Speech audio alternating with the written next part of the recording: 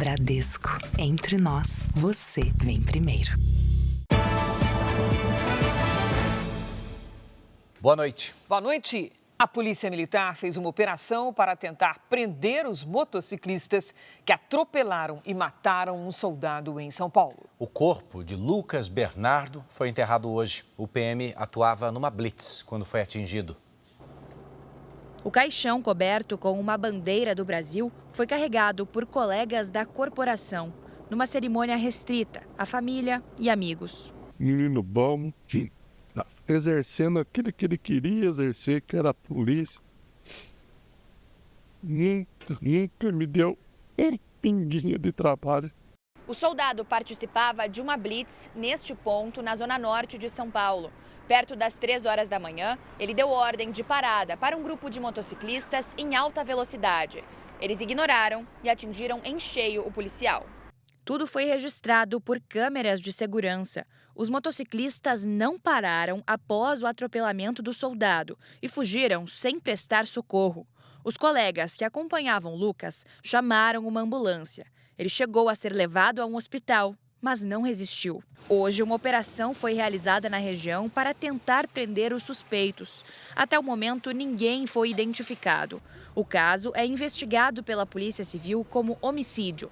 Aquela velocidade que vinha, sem uma crueldade, não parou. O pessoal trabalhando ali, se vê no bloqueio, de um menino dedicado, quase 3 anos de polícia, 27 anos de idade. O soldado deixa a esposa, grávida de 9 meses, e 2 enteados. Ditador Nicolás Maduro alega inocência e diz que é um prisioneiro de guerra em tribunal de Nova York. Em Caracas, Delcy Rodrigues toma posse como presidente interina. Estados Unidos voltam a defender a operação e negam que estejam em guerra com a Venezuela. Aqui no Brasil, acidentes em rodovias federais deixam mais de 100 mortos no feriado de Ano Novo. Jovem que estava desaparecido há 5 dias é encontrado com vida no Paraná.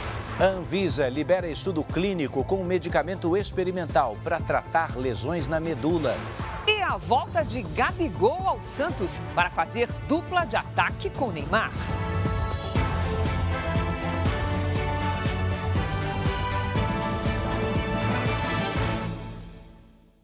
Oferecimento Bradesco. Em 2026, o que é mais valioso vem primeiro.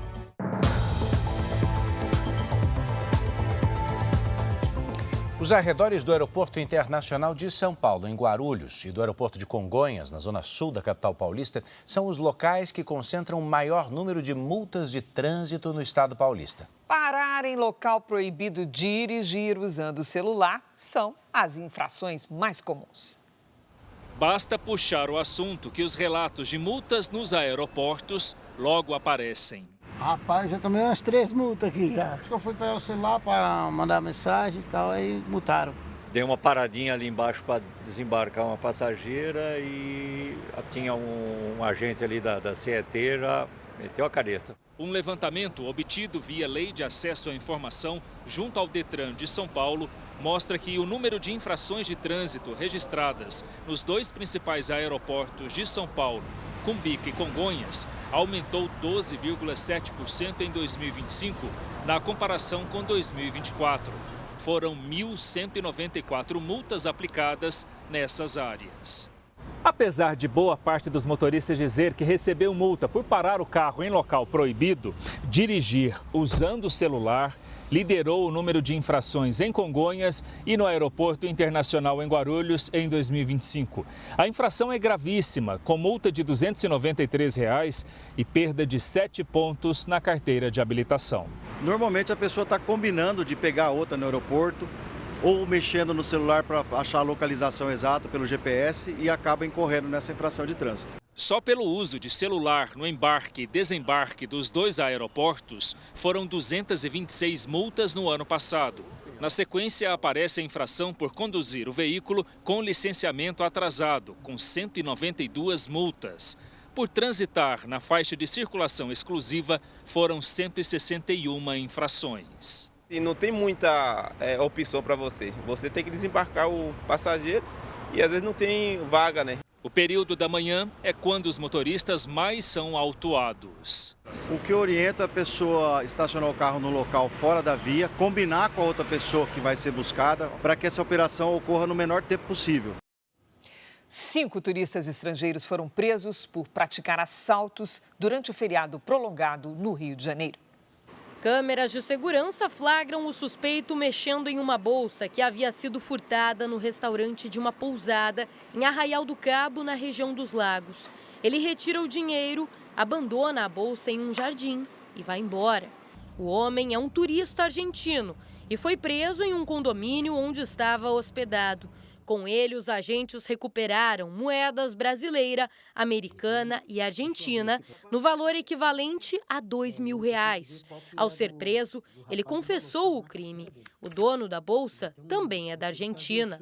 Os outros 2 casos de furtos que envolveram turistas aconteceram em Copacabana, na zona sul do Rio, no fim de semana. 2 espanholas e 2 argentinos foram presos em supermercados do bairro. 2 suspeitos aparecem olhando as garrafas de bebida alcoólica, apontam para o preço, conversam e colocam 2 no carrinho. Em seguida, passam por outros corredores para ganhar tempo e esconder os produtos na mochila. Logo depois, os argentinos vão embora. As imagens ajudaram a polícia a prendê-los. Nesse outro caso, as suspeitas são 2 espanholas. Elas veem os produtos, conversam, disfarçam. Depois, colocam tudo na sacola e nas bolsas. Elas levaram alimentos e produto de limpeza e também acabaram detidas. Os 5 turistas envolvidos nos furtos estão presos, à disposição da Justiça. A polícia notificou os consulados da Argentina e da Espanha sobre as prisões. Realmente é uma situação lamentável. A gente espera que o turista venha aqui justamente para investir, para movimentar a economia. Ele acaba praticando infrações penais. Um jovem que desapareceu enquanto fazia uma trilha no Pico Paraná, ponto mais alto do sul do Brasil, foi encontrado vivo depois de 5 dias de buscas. Ele fazia a trilha com uma amiga, mas ficou para trás e se perdeu no caminho de volta. Foi a chamada de vídeo mais aguardada dos últimos dias. E você tá bem? Como que você tá? Olha, eu tô cheio de roxo no corpo, tô com várias escoriação. E tô sem enxergar porque perdi meu óculos. Por volta das 10h30 da manhã, Roberto fez o primeiro contato com a família. As imagens de câmeras de segurança mostram o momento em que o jovem conseguiu chegar a uma fazenda no município de Antonina, no litoral do Paraná. Ele caminha com dificuldade e carrega uma garrafa d'água vazia e uma mochila. Roberto foi levado consciente para um hospital da região. Ele falou que ele só bebeu água, ele está todos esses dias sem comer nada, porque não tinha nenhuma árvore de fruta. Ele estava feliz, estava chorando, emocionado quando nós chegamos, a Polícia Militar do Corpo de Bombeiros, por ter sido de fato resgatado. A operação de busca mobilizou mais de 100 bombeiros e 300 voluntários. Roberto Tomás, de 19 anos, ficou 5 dias desaparecido. Ele passaria a virada de ano fazendo trilha com uma amiga, mas os 2 acabaram se separando. O Corpo de Bombeiros acredita que o jovem tenha caminhado mais de 20 quilômetros. Ele estava sem se alimentar desde o desaparecimento e sobreviveu bebendo água nas cachoeiras. Segundo os médicos, o quadro de saúde dele é considerado estável, mas ainda não há previsão de alta. A polícia investiga as circunstâncias do desaparecimento. Havendo as informações consonantes do jeito que estão atualmente, a tendência de que a gente conclua pela inexistência de algum tipo de crime e, portanto, pedir um arquivamento desse inquérito. Foi Deus. Se vê meu estado, você não acredita. Agora chama a sua atenção para essa notícia boa que vem de cientistas brasileiros. A Anvisa autorizou o início da pesquisa clínica de uma substância que se mostrou promissora no tratamento de lesões da medula espinhal. A descoberta é 100% brasileira. Os estudos têm o objetivo de avaliar a segurança da aplicação da substância em seres humanos. O medicamento se baseia no uso da polilaminina, uma molécula extraída da placenta humana que se mostrou capaz de regenerar neurônios e ajudar na recuperação de funções motoras perdidas em pacientes com lesões na medula espinhal. As pesquisas foram comandadas por esta cientista por mais de 25 anos na Universidade Federal do Rio de Janeiro. Eu acho que é uma esperança, né? Num primeiro momento, nós vamos fazer o estudo apenas para pessoas com lesões recentes, né, poucos dias, mas a nossa expectativa é de poder ampliar no futuro para pessoas com lesões há mais tempo. Os pesquisadores da UFRJ constataram que a eficácia da polilaminina é maior quando injetada logo após o trauma. Ao todo, 8 pacientes foram submetidos ao experimento. 6 apresentaram melhora significativa. Foi o caso do bancário Bruno Drummond, que em 2018 sofreu um acidente de carro, teve uma lesão na medula e ficou tetraplégico. Em menos de 24 horas, Bruno foi incluído na pesquisa e recebeu a substância. Em setembro do ano passado, o Domingo Espetacular esteve com ele e mostrou a surpreendente recuperação. Esse tipo de estudo faz com que a gente possa, cada vez mais, trabalhar não só o fortalecimento da ciência, da tecnologia e da inovação. A fase 1 dos estudos clínicos vai se concentrar no acompanhamento de 5 pacientes, com idades entre 18 e 72 anos, que tenham sofrido um trauma em menos de 72 horas e que estejam com indicação para a cirurgia. Esses pacientes vão receber uma única aplicação na área lesionada. Com isso, a Anvisa quer identificar possíveis efeitos adversos da substância. A depender do resultado, a polilaminina ainda vai precisar passar por outras 2 etapas de estudos para comprovar a eficácia da substância antes de receber o registro da Anvisa. Que a gente possa ter resultados positivos e, a partir daí, resultados de eficácia, de segurança, e depois ter evidências mais concretas da importância de incorporação de um produto como esse para o Sistema Único de Saúde.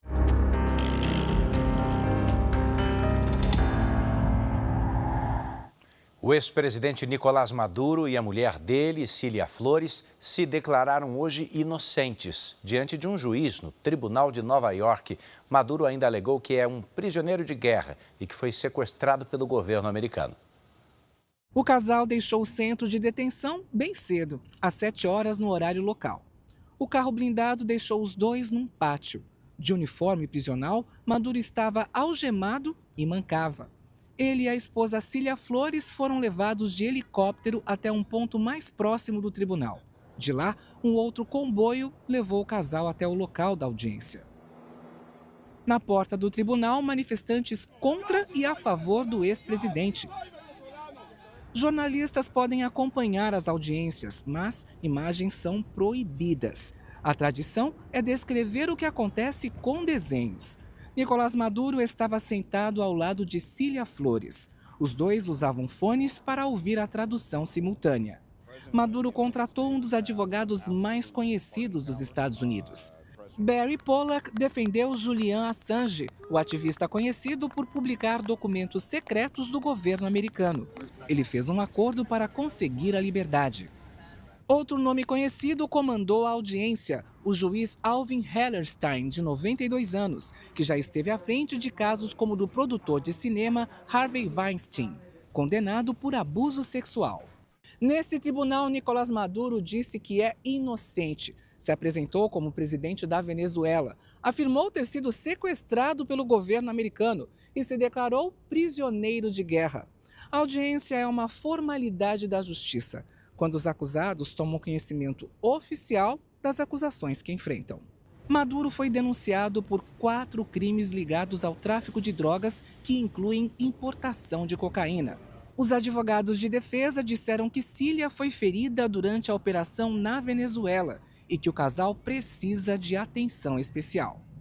Depois de 40 minutos, os dois voltaram ao centro de detenção. A próxima audiência será no dia 17 de março. Representantes dos Estados Unidos e da Venezuela ficaram frente a frente hoje numa reunião de emergência do Conselho de Segurança da ONU em Nova York. O governo americano declarou que fez uma operação policial para cumprir a lei. Já os venezuelanos classificaram a ação de ilegítima e uma violação ao direito internacional. O Conselho de Segurança das Nações Unidas se reuniu em caráter de emergência depois de um pedido da Venezuela. O embaixador americano Mike Waltz afirmou que a captura de Nicolás Maduro foi uma ação policial para cumprir a lei e negou estar em guerra contra a Venezuela ou contra o povo venezuelano. Não estamos ocupando um país, disse Waltz. We are not occupying a country.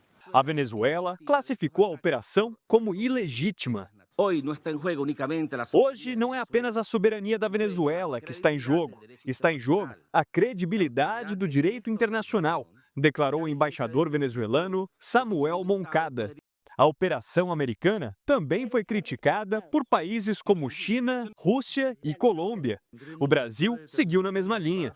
Em espanhol, o embaixador brasileiro, Sérgio Danesi, disse que os fins não podem justificar os meios. Que o fim justifica os meios. No primeiro dia útil desde a operação dos Estados Unidos na Venezuela, Donald Trump participou de uma reunião aqui na Casa Branca que foi fechada à imprensa. Ele voltou a Washington ontem à noite e fez novas ameaças a bordo da aeronave presidencial. Trump não descartou uma possível ação militar contra a Colômbia e citou o presidente Gustavo Petro. Ele tem usinas e fábricas de cocaína e não vai fazer isso por muito tempo, ameaçou Trump. O presidente colombiano considerou as falas de Trump como ilegítimas e alertou que novos ataques podem provocar a retomada de guerrilhas. Ainda hoje, Delcy Rodrigues toma posse como presidente interina da Venezuela. E a seguir, no próximo fim de semana, começa o Paulistão, uma competição cheia de estrelas. O Santos terá Neymar e Gabigol. O atacante foi apresentado hoje na Vila Belmiro.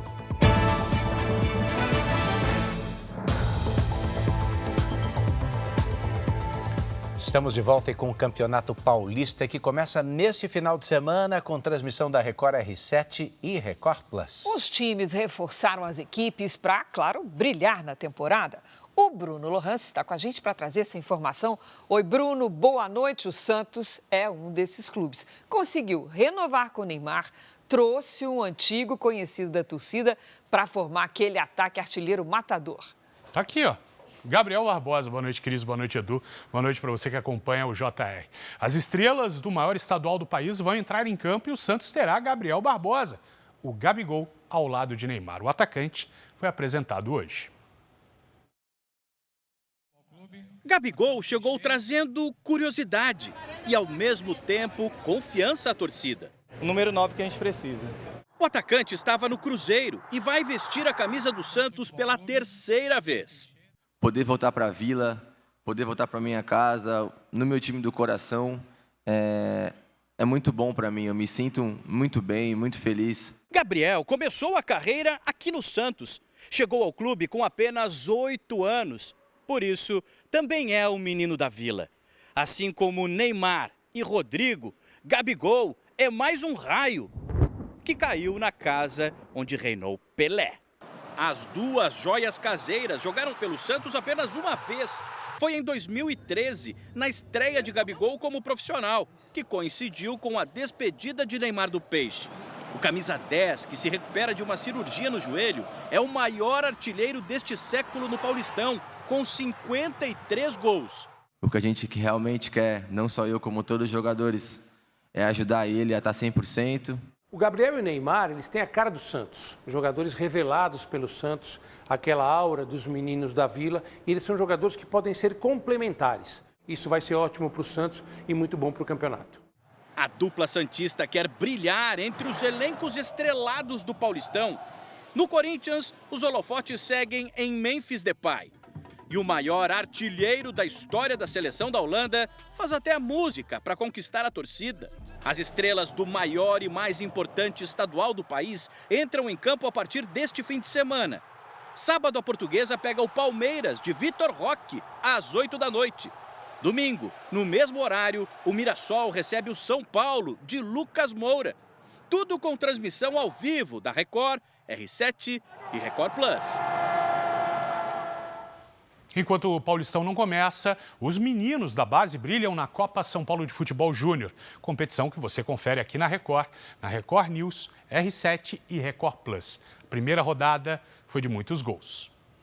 Na Copinha, todo jogo é inesquecível, mas alguns lances entram para a história, como esse, na vitória do São Paulo sobre o Maruinense, por 2-0. TT cobrou escanteio, a bola fez a curva e entrou direto. Gol olímpico. Sim, foi intencional. A gente vem treinando muito essa batida fechada e graças a Deus fui feliz. Até este domingo foram 154 gols marcados. O Atlético Mineiro venceu o União Rondonópolis por 4-2.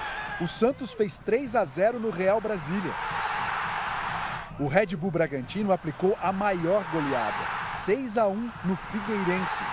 Além de muitos gols, a Copinha nos presenteia com histórias e encontros que vão muito além do futebol. Em Taubaté, o jogo entre Botafogo e Águia de Marabá reuniu dois adversários da mesma família, com os mesmos sonhos, mas com camisas diferentes. Jorge Rafael é zagueiro do Águia de Marabá e Cadu, lateral do Botafogo. Os dois são primos, de primeiro grau. Família é essencial na nossa vida, se não for eles para nos sustentar nos momentos que a gente precisa, a gente não é ninguém, né, cara? No fim do primeiro tempo, o Botafogo teve um pênalti. Cadu bateu e parou no goleiro Daniel. Acontece, eu acho que é a situação do jogo mesmo. Eu fico muito feliz em poder dividir, não junto, separado, a gente dividindo o campo, mas é um motivo de felicidade para mim poder enfrentar o Jorge. No segundo tempo, Mateuzinho apareceu para decidir. 1-0 Botafogo e melhor para o Cadu. Tenho certeza que torceram junto para os dois. Só agradecer a torcida e a família que torceu por nós dois. E hoje teve mais. Tem time que já garantiu a vaga na próxima fase e também a maior goleada do ano até agora. O Coritiba goleou o Real de Roraima por 9-0. É a maior goleada desta edição da Copinha. Destaque para este golaço de Lucas Ian. Quem também venceu de goleada foi o Grêmio. O tricolor gaúcho venceu o Galvez do Acre por 7-0 e encaminhou a classificação para a próxima fase.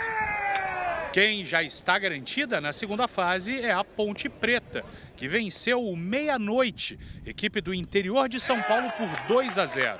Nicolas e José Veloso marcaram os gols da partida. Fico por aqui. Cris, Edu. Obrigado. Valeu, Bruno. Você vai ver a seguir, os nossos repórteres mostram direto de Roraima como está a situação na fronteira com a Venezuela. E também, Estados Unidos usam aviões capazes de enganar os sistemas de defesa e de comunicações da Venezuela. As aeronaves também provocaram interferência na rede elétrica do país.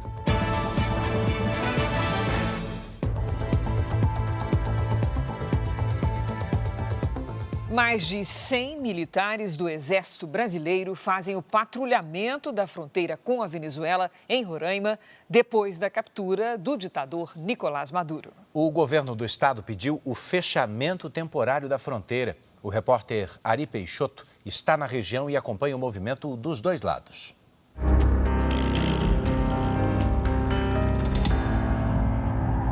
A segunda-feira começou com pouca movimentação de venezuelanos cruzando a fronteira, mas houve comemoração pela prisão de Nicolás Maduro. Venezuela livre! Alguns ainda têm receio de falar sobre o assunto. O que te parece do que passou com Maduro? Não quero opinar, não. Não? Não. Por quê? Não, porque não quero, não. A Cindy é brasileira, vive há 20 anos na Venezuela e está insegura sobre o futuro do país.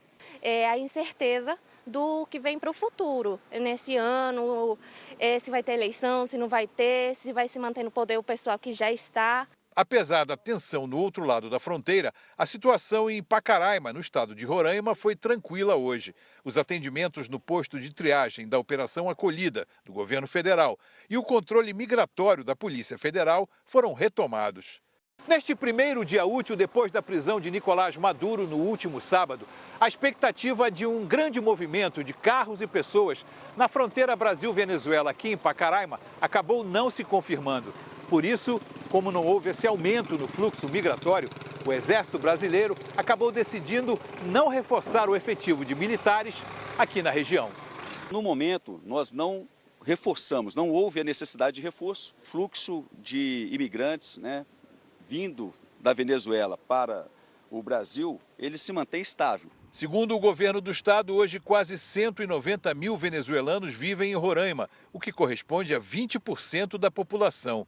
O governo do estado solicitou o fechamento da fronteira junto ao governo federal e a nossa ideia é impedir que o fluxo de pessoas, de venezuelanos, de imigrantes possa comprometer aqui o estado de Roraima, no sentido de abarrotar o serviço público. A vice-presidente Delcy Rodrigues tomou posse hoje como presidente interina da Venezuela. Ela é uma aliada histórica de Nicolás Maduro e assume o comando do país com o apoio das Forças Armadas e da maioria absoluta no parlamento. Delcy Rodrigues fez o juramento de posse hoje à tarde na Assembleia Nacional da Venezuela. Vengo com dolor, pero devo dizer que vengo também com honor.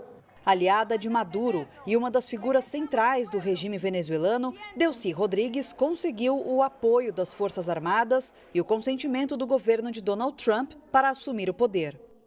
Antes da posse, e pela primeira vez desde a Operação Militar Americana, ela adotou um tom conciliatório em relação aos Estados Unidos.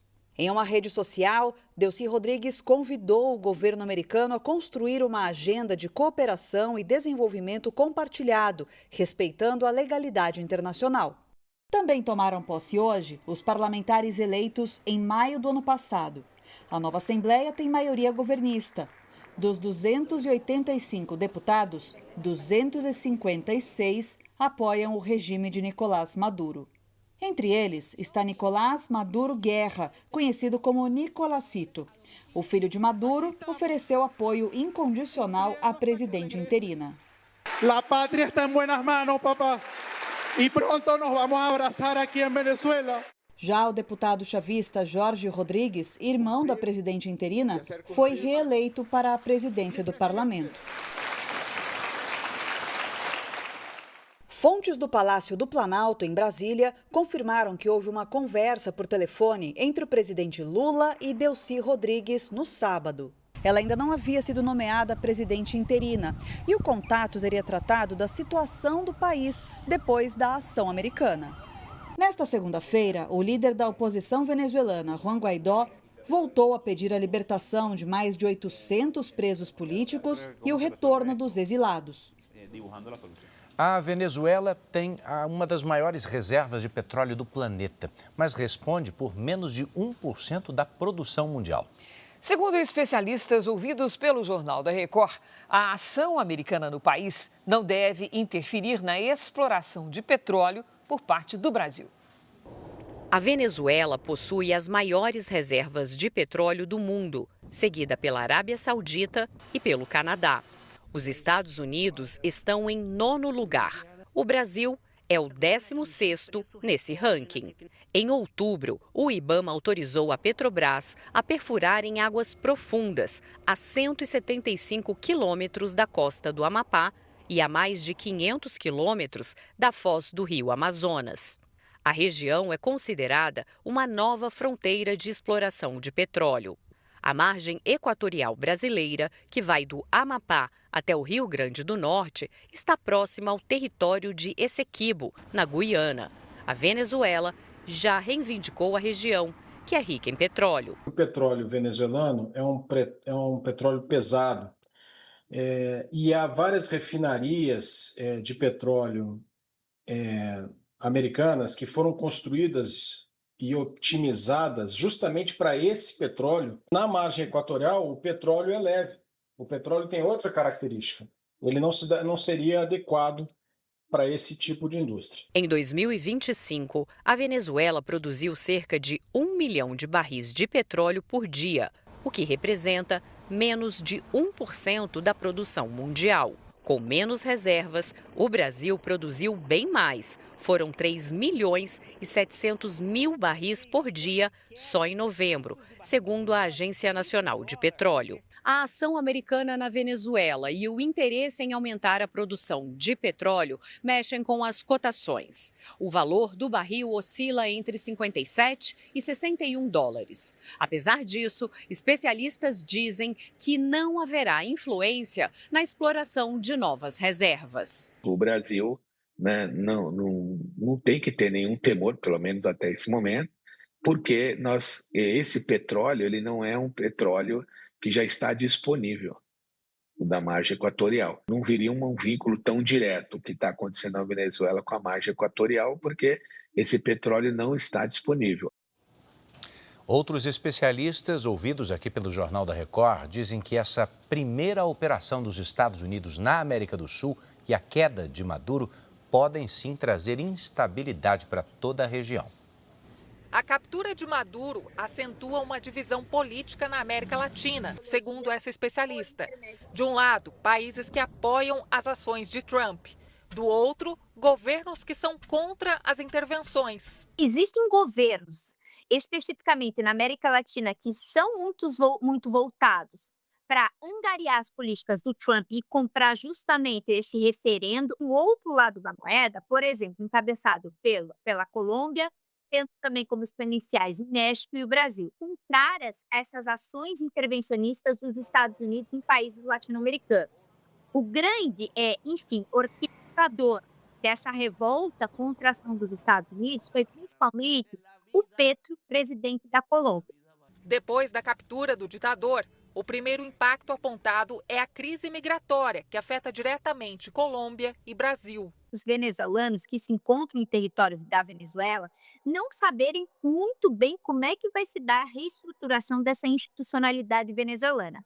Enquanto a Venezuela só fornecia 8% da cocaína para os Estados Unidos, a gente sabe que esse número é muito maior da Colômbia e, por consequência, que os Estados Unidos, que o governo Trump venha de fato trabalhar com essa perspectiva de também invadir o governo do Petro. A última intervenção direta dos Estados Unidos na América Latina havia sido em 1989 no Panamá. Hoje em dia, com uma nova ordem de forças políticas e militares, os desdobramentos da queda de Maduro podem gerar impactos que vão além do continente americano. Para este outro analista, ouvido pelo Jornal da Record, a Rússia e a China perdem um país aliado na América Latina com a queda de Maduro. A China não vai comprar uma briga com os Estados Unidos por causa da Venezuela. A Rússia também, com a guerra na Ucrânia, né, a economia russa está profundamente abalada, já com uma intervenção global, né, ou seja, o mundo inteiro tem penalizado a Rússia economicamente. Para ele, o controle político direto na Venezuela também não é prioridade imediata para os Estados Unidos. Primeiro porque custa muito caro, né, para os Estados Unidos, já tem a experiência ali do Iraque, né, quando houve uma intervenção direta no Iraque e a morte do Saddam Hussein, e à época o governo foi muito criticado. Daqui a pouco nós vamos ver juntos que a União Europeia está defendendo uma transição de poder na Venezuela com participação do povo.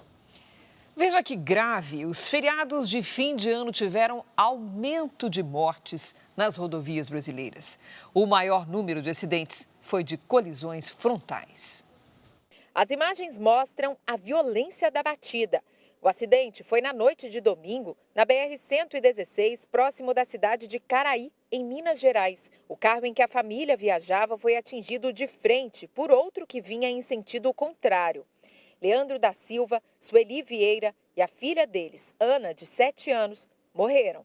Os ocupantes do outro carro tiveram ferimentos. Um balanço divulgado hoje pela Polícia Rodoviária Federal mostra que o feriado de Ano Novo foi violento nas rodovias federais brasileiras, com 109 mortes em 6 dias.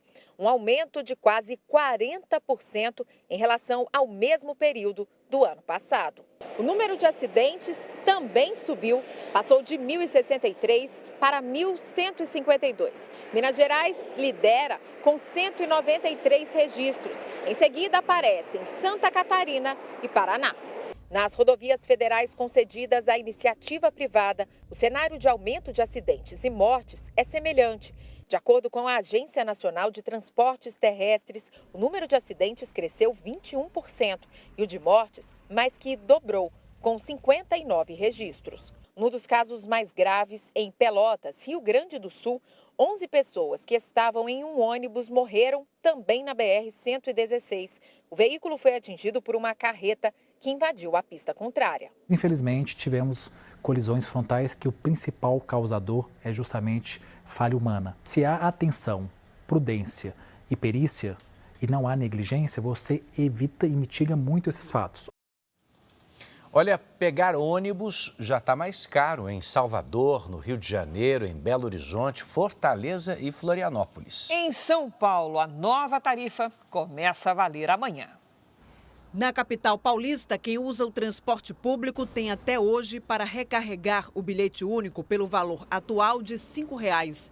O movimento foi grande e o sistema chegou a apresentar instabilidade, mas o problema foi resolvido.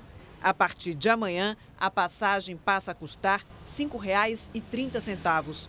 O metrô e os trens metropolitanos também sobem para R$ 5,40. Em Salvador, a nova tarifa de ônibus passou a valer hoje, com um aumento de 30 centavos e passou a custar R$ 5,90. Onera no orçamento do trabalhador, né?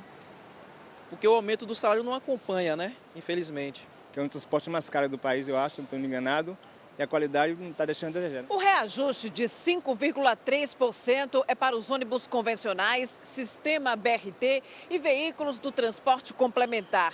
Outras capitais também tiveram aumento nas tarifas de ônibus neste início de ano. Em Fortaleza, o aumento foi de 90 centavos e deixou a passagem a R$ 5,40. De acordo com a Prefeitura, apenas 9% dos usuários do sistema pagam a tarifa inteira. No Rio de Janeiro, o bilhete subiu de R$ 4,70 para R$ 5,00. Vanusa trabalha como diarista e o custo com o transporte público sai do próprio bolso. Um absurdo.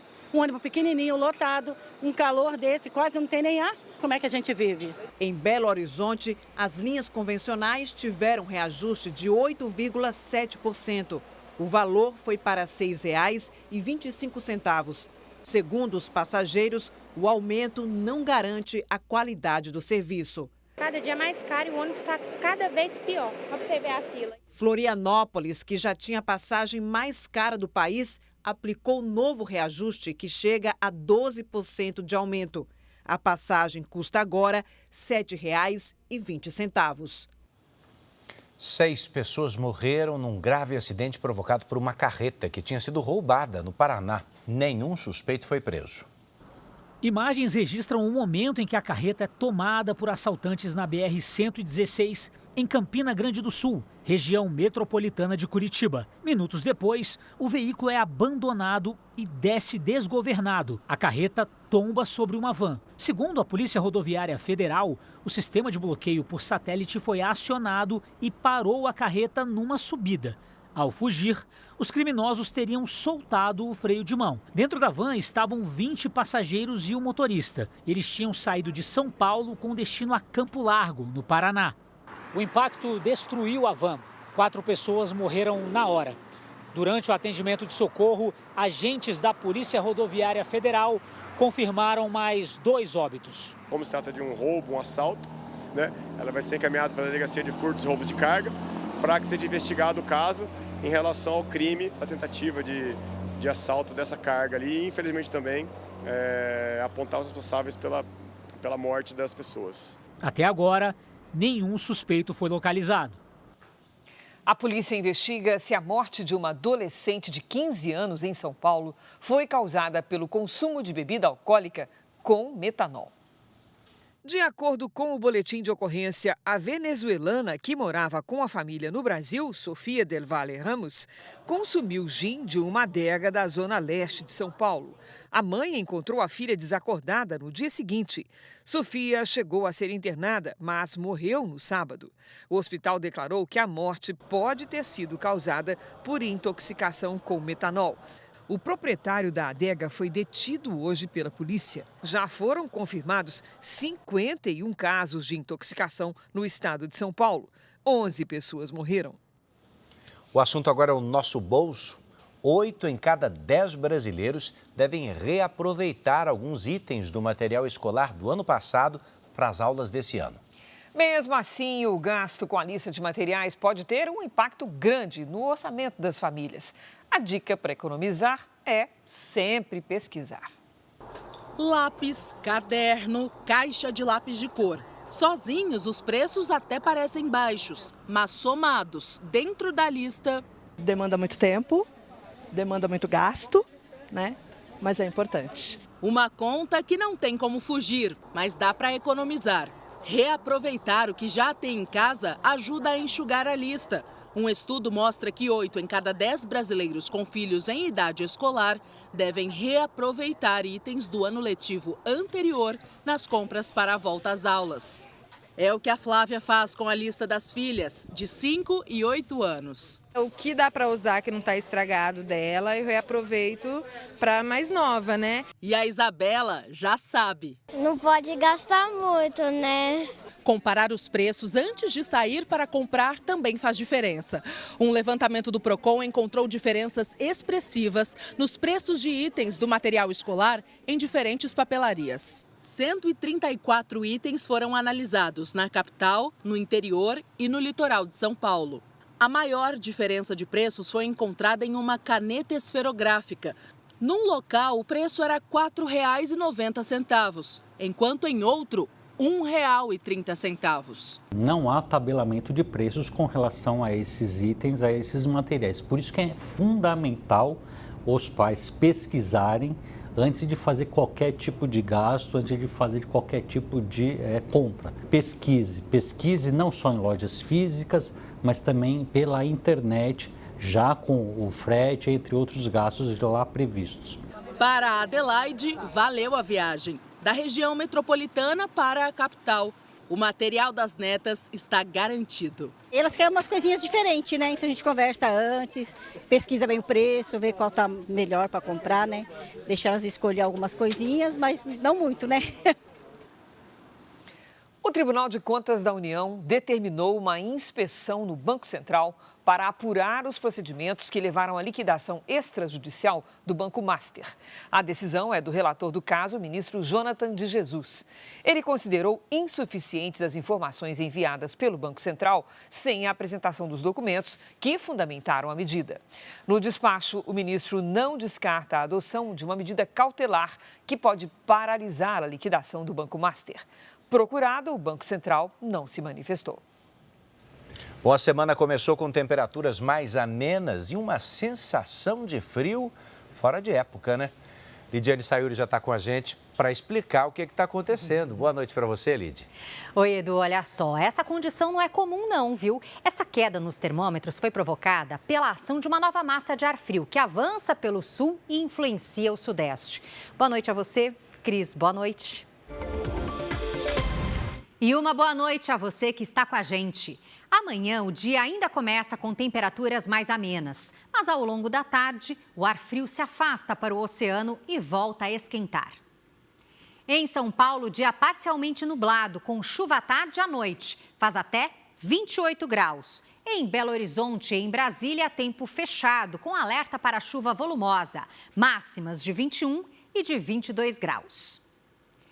Hoje, a cidade de São Joaquim, na Serra Catarinense, registrou a menor temperatura do Brasil, apenas 1 grau. As imagens de satélite mostram uma faixa de nuvens que atravessa o país. Amanhã, esse corredor de nebulosidade, conhecido como Zacas, favorece a chuva persistente e volumosa em áreas do Amazonas, Mato Grosso, Goiás e Distrito Federal. Entre Minas Gerais e o Espírito Santo, é alto o risco de alagamentos e deslizamentos. Entre os litorais do Espírito Santo e do Rio de Janeiro, os ventos costeiros mantêm o mar agitado. Já em partes do Sul e do Nordeste, dia ensolarado. Em Porto Alegre, faz até 31 graus à tarde. No Rio de Janeiro, 28. 23 em Goiânia, 32 em Belém e até 30 em Fortaleza. Tempo Delivery. A Jáfia é de Eunápolis, na Bahia. Boa noite, Jáfia.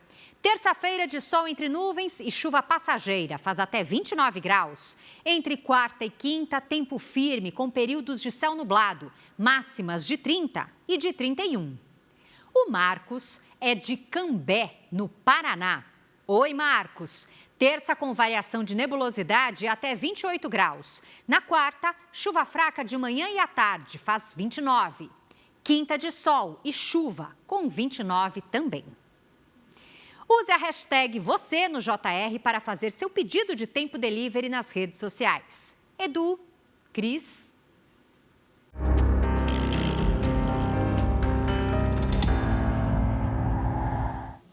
A operação para capturar Nicolás Maduro foi planejada durante meses e contou com aeronaves capazes de driblar sistemas de defesa e de comunicação. Os chamados aviões de guerra eletrônica também são capazes de interferir em parte da rede elétrica, o que contribuiu para os apagões na capital venezuelana. O secretário de Guerra, Pete Hegseth, exaltou o poderio americano. A recrutas das Forças Armadas, ele disse que um treinamento rigoroso vai prepará-los para ações como as que ocorreram na Venezuela. 150 aeronaves partiram de 20 bases e de navios posicionados no Caribe, rumo à capital Caracas. Locais estratégicos foram bombardeados e alguns aviões realizaram ataques de forma eletrônica. O modelo Growler, projetado para causar interferências, enganou sistemas de defesa e de comunicações venezuelanos. Os aviões ainda provocaram um apagão na rede elétrica, em parte da cidade. Essas aeronaves abriram caminho para que militares a bordo de helicópteros conseguissem chegar até a base onde estavam Nicolás Maduro e a esposa, Cília Flores. Segundo o secretário de Guerra, uma operação assim só pôde ser feita pelas Forças Armadas dos Estados Unidos.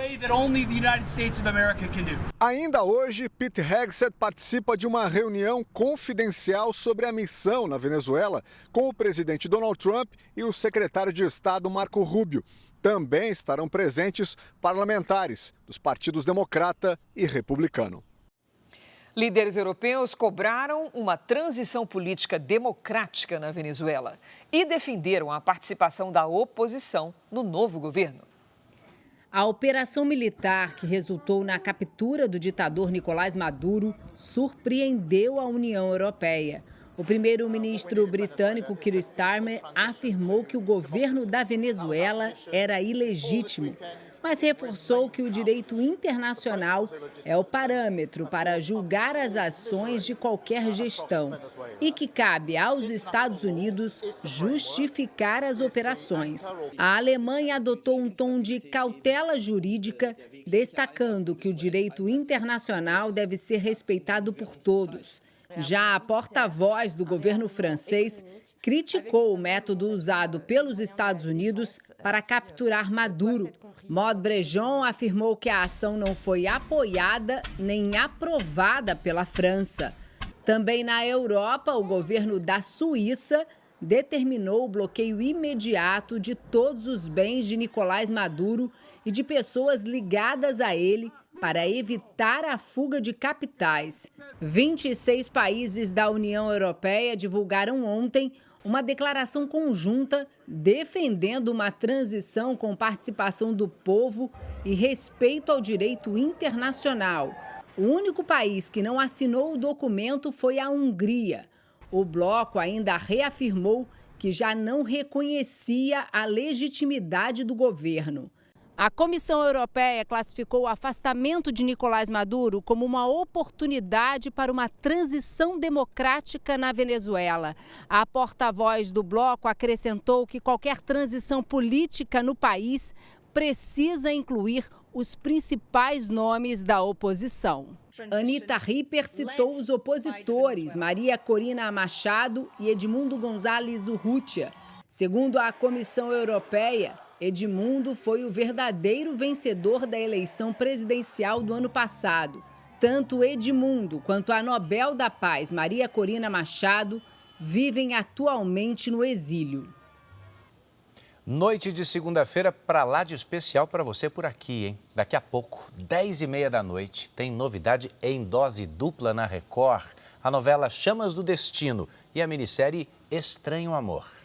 Chamas do Destino traz uma história de superação e coragem e revela a força de mulheres que lutam para se reerguer e recomeçar. Essa é uma produção turca que vai além da ficção. Retrata a realidade de milhares de brasileiras que enfrentam a violência.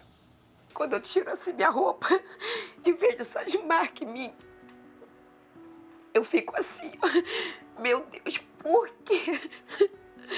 Por que comigo? 4 anos se passaram e as perguntas não saem da cabeça da Cristiane. Eu só vi quando ele fez assim, no isqueiro, ó. E aí eu comecei a pegar fogo. Cristiane de Souza, de 45 anos, foi vítima de tentativa de feminicídio em 2021. O crime aconteceu em Maricá, na região metropolitana do Rio de Janeiro, dentro do bar onde ela trabalhava. Um homem conhecido da família jogou gasolina e colocou fogo no corpo da telefonista depois que ela recusou um encontro amoroso. A vítima teve 20% do corpo atingido pelas chamas e passou 38 dias na UTI. Eu tive que tirar a pele daqui, porque aqui tinha um buraco. Francisco Roque, de 67 anos, foi preso meses depois. Ele já tinha um mandado de prisão em aberto por homicídio. Além da crueldade, o que choca nesse tipo de crime é a frequência em que ele acontece. Muitas mulheres, assim como a Cristiane, são vítimas de alguma violência todos os dias. Não importa onde vivem ou a classe social. Em todo o mundo, uma mulher ou menina é assassinada a cada 10 minutos. Não é raro essas mulheres já terem circulado em diversos serviços, diversos espaços da rede de proteção, rede de segurança pública, rede de cuidado. Então elas chegam exaustas, colocando nos serviços quase que a última aposta, né, de resolver aquela violência. E elas chegam realmente muito abaladas e até descredibilizadas, né, muitas vezes, da rede de apoio, né, porque muitas vezes elas perderam essa rede de apoio, elas foram isoladas socialmente pelo aquele autor. Eu chego, as pessoas já olham e eu fico às vezes com vergonha, sabe? Porque eu sou muito vaidosa. Como que a mulher pode se olhar no espelho de novo depois de passar por um trauma como esse? O cérebro, quimicamente, ele sofre, né? Ele sofre alterações químicas, ele é bombardeado hormonalmente com cortisol e, como ela falou, essas vítimas, essas pessoas em situações de violência ficam o tempo inteiro na vigilância. Então, como você superar um trauma onde as cicatrizes desse trauma estão no seu corpo? Você vai olhar para o espelho, você vai lembrar, não vai ter um dia que ela não vai esquecer. Ela nunca vai esquecer. A união e a força feminina para reconstruir a própria identidade depois de um trauma são temas centrais na nova novela turca da Record. Chamas do Destino, inédita no Brasil, é um sucesso mundial. E conta a história de 3 mulheres. Uma das protagonistas enfrenta a dor de não se reconhecer mais depois de ter o rosto desfigurado. Não bastassem as feridas, a jovem também foi abandonada pelo namorado. A produção aborda outros temas sensíveis, como violência física e psicológica. Histórias de dor, superação e recomeços que se encontram na trama turca. Chamas do Destino estreia daqui a pouco, às 10h30 da noite, aqui na tela da Record. Não dá para perder. O Jornal da Record volta 00:30, viu? As reportagens dessa edição você confere no Record Plus e em todas as nossas plataformas digitais. A programação da Record também está ao vivo e de graça no Record Plus. Você fica agora com a novela Mãe e logo depois de Reis tem estreia de Chamas do Destino. Em seguida você acompanha o primeiro episódio de Estranho Amor. É imperdível. Ótima noite para você. Boa noite, até amanhã.